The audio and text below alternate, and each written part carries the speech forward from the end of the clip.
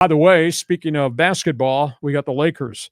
They look like they're about to implode. They had an ugly game against the Miami Heat on Wednesday night. They got smoked at home. The Lakers are sub 500. They're 3-9 since they won the quote NBA Cup tournament. I'd never seen LeBron James walk off the bench before the game was over and go to the locker room. He did.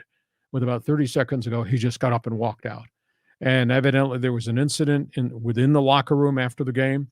Nationally, it's now being reported that there's some real boom, boom, boom between Darvin Ham and the players over Ham's continual changes in the lineup, his substitution patterns. Players just there's no rhythm to anything that's being done. You got AD, you got LeBron, they're doing what they're doing, and there's been no consistent support help. Darvin Ham's response is, we're not going to find any consistency till we get everybody healthy. We're not healthy. They got so many nagging injuries right now. So Lakers just kind of look like they're about to implode.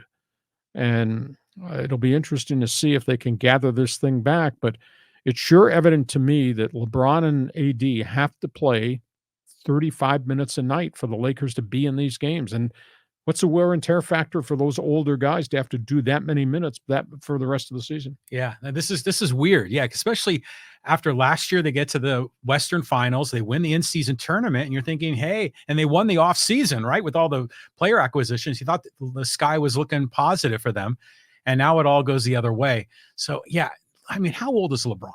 I mean, he's in his mid-30s, right? He's 38. 38. Okay, and AD is no young pup, is he? He's probably around 30. So, yeah, it just kind of makes you wonder about the strategy. But, if you play for the Lakers, it's like a reality show every day for those guys. There's got to be a lot of pressure on them. Well, you got Rui Hachimura, who can't stay on the floor. He's had 3 different injuries. They're only a third of the way into the season.